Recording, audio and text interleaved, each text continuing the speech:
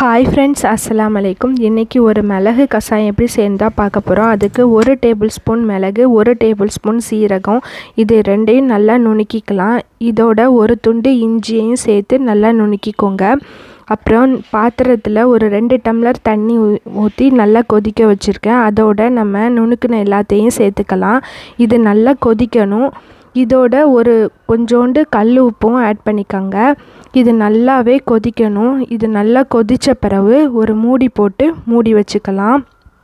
இந்த மிளகு சீரகம் இந்த வறட்டு இருமலுக்கு, தொண்டை ரொம்ப முழுங்க முடியாமல் கஷ்டப்படுவாங்கள்ல, அதுக்கெலாம் ரொம்ப ஹெல்ப் பண்ணும். இது நல்லா வெதுவெதுப்பாக ஆன பிறகு ஒரு 1/2 லெமன் புழிஞ்சி நம்ம குடிச்சிட வேண்டியதான்.